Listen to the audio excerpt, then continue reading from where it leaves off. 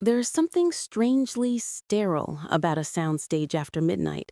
Just me, the monitors, and the buzzing quiet of everything turned off. Or nearly everything. The film isn't done, not even close. I was supposed to lock picture 2 weeks ago, but then Eli, my longtime sound designer, bailed. Family emergency. You'll find someone, he said, as if precision and trust just fall from the sky in Los Angeles. But then, Jules showed up. She came recommended through a friend of a friend, one of those quiet talents that don't have a website but always seem to be booked. I didn't expect much, honestly. I didn't want much. I just needed someone to finish the job without screwing up what mattered. She was younger than I expected, late 20s maybe. Calm, disarmingly so, like she didn't need to prove anything. Not to me, not to anyone. She wore headphones like armor, except somehow it made me feel exposed. The first night I hovered behind her as she pulled up the pivotal scene, one I'd sweated over for months. A long, aching shot on a train platform. No dialogue, just footsteps, passing trains, the sigh of something unsaid. I had the soundscape down to the millisecond, or so I thought. She listened, head tilted slightly, then began adjusting levels without asking. Not radically, just subtle tweaks. A sharper footstep here, a deeper bass thrum beneath the station hum. I bristled. Then she handed me the headphones. I slipped them on, already preparing my notes, but the second the scene played, something shifted. It wasn't louder, it wasn't cleaner, it was just truer. The emptiness sounded honest. When I looked up, Jules was already watching me. Not smug, not seeking approval, just watching. It threw me. Not just the edit, her. Most people interact with the film like it's a puzzle or a brand or some prestige calling card, but Jules listened to it like it had a heartbeat. I found myself wanting to say something, to explain what the scene meant, but instead I asked, "You good to stay a little later?" She nodded, wordlessly. I reached into my satchel and handed her a small, dog-eared leather notebook. My raw notes, scene breakdowns, emotional beats, the scribbled mess I never show anyone, not even Eli. "I don't usually share these," I said. My voice cracked slightly. She didn't comment. She just opened to the first page, scanned it, and said, "You wrote this like someone trying to say something without being heard." I blinked. "Is that bad?" I asked. "No," she said, her voice steady. "But it sounds lonely." I looked at her then. Really looked at her. And for the first time in weeks, I felt something stir beneath the exhaustion. Not attraction, exactly. Not yet. But something quieter. Recognition. The nights blurred into each other after that. It started with just one more pass on a scene, and suddenly it would be 2 a.m. Jules would stay without needing to be asked, and I'd order Thai or microwave the emergency mac and cheese I kept hidden behind the award statues no one cared about. We barely talked at first, at least not in ways that felt personal. Everything was filtered through the film, what the characters meant, what silence could carry, how the exhale before a line told a bigger story than the line itself. She listened with this unflinching stillness that made it impossible to hide behind directorial bravado. I hated that. And I think that's why I kept inviting her back. One night, we argued. Hard. Over the timing of a door closing in scene 42. I wanted sharp, abrupt. She layered in a slow creak, something almost sad. I told her it felt manipulative. She said, "So does avoiding your own ending." I froze. We weren't talking about scene 42 anymore. But I didn't say that. I just changed the subject. Again. Later, she queued up the monologue from scene 17, the voiceover, my least favorite scene. It was the only time my ex's voice made it into the final cut. I hadn't wanted it, but the narrative demanded it, or so I told myself. The mix was nearly perfect, but when Jules looked over, I must have flinched. She paused the track. "I can cut it," she offered, quiet. "No," I said. "It belongs. Doesn't mean I want to hear it." She nodded, but I saw the questions behind her eyes. She never asked them. She never pushed. Instead, she shared something unexpected. She said, "I used to compose before I got into post. I stopped after someone I loved died. They never got to hear what I made. It hit harder than I was ready for, not because of the tragedy, though that was there, but because she said it without asking for pity, just honesty."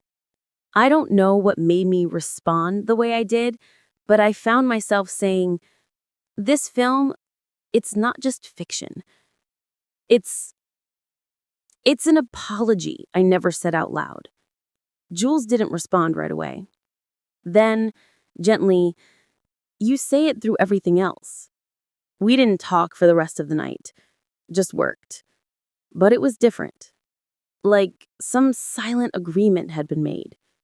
The next evening, I found something in my inbox, a file titled, "For When Silence is Too Heavy." It was a custom score built from the motifs of the film, but gentler, fuller, more forgiving. It started in a minor key but resolved differently, like it had permission to soften. I sat in the dark, listening with headphones on, and I cried. Not the big cinematic kind, just small, sudden tears, the kind you don't know you're holding until they fall. That night, I didn't just stand beside her during playback. I leaned barely against her shoulder, and she didn't move, didn't stiffen. She just let me rest there. Neither of us said anything. We didn't need to. Not yet. A few nights later, we were reviewing a final mix. She clicked play, but instead of the scene, we heard my voice. Just my voice. Raw, shaky, clearly recorded without intention of keeping it. "Take one," I said nervously. "This is probably going to suck." My laugh tight. A breath. "I don't think she even knows I'm sorry." Click. I must have hit record by accident one night and forgotten. I ripped off the headphones like they were burning. Jules froze. "I didn't mean to," she started. "I couldn't breathe. Couldn't think. I just said, 'Delete it.'" She hesitated. "Delete it, Jules." She did. But I still felt exposed, like she'd seen something that wasn't hers to see. So, I did what I do best. I pulled away. I didn't come back to the studio for 3 days. That might not sound like much, but in post, 3 days is a death sentence. Timelines shift, deadlines panic, people start asking questions. But no one did, because there was no one left to ask. Jules didn't text, didn't call, just disappeared, like she'd never been there. And I told myself that's what I wanted. I was wrong. On the fourth night, I forced myself back into the booth. I told myself I'd finish it alone, like I always have. But every edit felt wrong. Too sharp, too shallow, too self-protective. I kept revisiting the final scene, the one where the lead walks away from the woman she loves, never looking back. For weeks, I thought it was the right ending. Honest, controlled, the emotional equivalent of turning off the lights and locking the door. But now it felt cowardly. I let the scene run on loop. Same fades of black, same silence after. Except this time the silence didn't feel clean. It felt like abandonment. I sat there with my hands on the board, not touching anything, just listening to my own refusal. I could still hear her custom score in my head. That soft, aching version she'd titled, "For When Silence is Too Heavy." God, it was heavy now. My phone was face down on the console. I stared at it for a long time, pulse hammering. Then I picked it up. I typed, "You heard what I couldn't say. I think I'm ready to say it now." I stared at the blinking cursor, thumb hovering over send. Then I hit it. Seconds passed, then minutes. Nothing. I set the phone down again and tried to work, but everything felt hollow. Around midnight, the studio door creaked open. I turned. It was Jules. Her hoodie was zipped all the way up, her hair pulled back like she hadn't slept much either. She didn't speak, just stepped inside and closed the door gently behind her. We stood in that silence. "I didn't mean for you to hear that," I said finally. "I know, but you did." Her voice was softer than I remembered. "I wasn't trying to hurt you." "I know," she repeated. Then quieter. "But you did." The words landed like a held breath finally released. I nodded. "I'm sorry," I said. "Not just for that night, for the way I freeze, push people out, pretend like the film is all that matters because it's safer than admitting I do." Her eyes met mine. "I think I made this film so I wouldn't have to say the things out loud. But you kept hearing them anyway." She smiled, barely. "Sounds like that.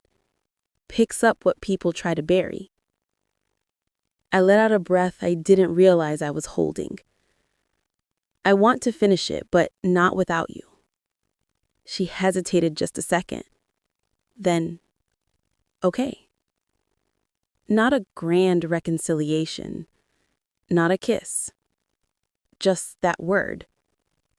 "Okay." But it felt like something unlocking. We sat down side by side, boots knocking gently beneath the desk, and reopened the session. I loaded the final scene again. This time I didn't watch the screen. I watched her hands as they reached for the faders, adjusted levels, pulled light from the quiet. She didn't ask what I wanted. She just knew. The studio felt different the night we finished it. Not quieter, just still, like it knew not to interrupt. Jules sat beside me, her fingertips hovering over the sliders. I had my hands in my lap, resisting the urge to fidget. The monitors glowed soft amber in the dark, casting everything in this warm, unreal kind of calm. We'd worked for hours to get here, cleaned up the sound bleed, layered the reverb just right, rebuilt trust one session at a time. But this was the last playback. I cued the final scene and looked over at her. "There's one more thing I want to try," I said. She raised an eyebrow. Dangerous words. "I know." I smiled, nerves fluttering under it. "But trust me." I loaded the alternate score, the one she'd made and never pushed, never mentioned again. For When Silence is Too Heavy. It filled the room in a way nothing else had. The same cues, but deeper. A cello's low hum where there used to be nothing. A breath of piano, soft as skin, underneath footsteps. I watched the screen, but I wasn't really watching. I was feeling it. The character didn't walk away this time. She paused, looked back, let herself be seen. When it faded to black, I didn't speak right away. Then, turning toward her, I asked, "Can we let it sound like this?" Jules looked at me, really looked at me. Her voice, when it came, was steady. "Only if we don't fade out this time." And there it was. No metaphor, no protective layer of characters and cuts. Just us. I reached across the console, and her hand met mine in the middle, between the faders and sliders and the thousand decisions we'd made together. Her fingers were warm, certain. I'd spent so long crafting perfect moments for the screen, obsessing over timing and subtext, building stories that never quite reached what I was really aching to say. But this wasn't crafted. It was felt. And that made it real. We sat like that, hand in hand, while the credits rolled. The studio lights dimmed behind us, motion sensors finally giving in to our stillness. The final frame lingered on screen, a figure turning toward the camera, not away. The sound swelled, not loudly, but fully. The last note didn't end, it hung, suspended in the room like a question that didn't need an answer. I leaned my head onto Jules' shoulder. She didn't move. We stayed there, silent. Not the kind of silence that hurts, the kind that holds.